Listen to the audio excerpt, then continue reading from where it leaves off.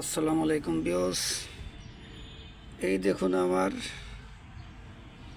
আজোয়া জাতের বেশ কিছু চারা নতুন করে দিয়েছি।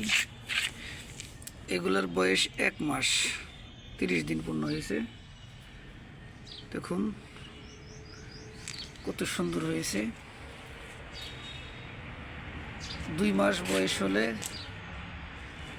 তারপরে আমি 8 ইঞ্চি ব্যাগে রোপণ করে দিব, যাতে চারাগুলো সুন্দর সতেজ হয়। আর যাদের চারার প্রয়োজন তারা যোগাযোগ করতে পারেন।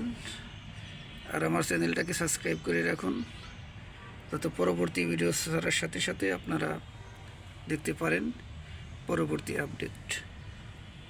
ধন্যবাদ, ভালো থাকবেন।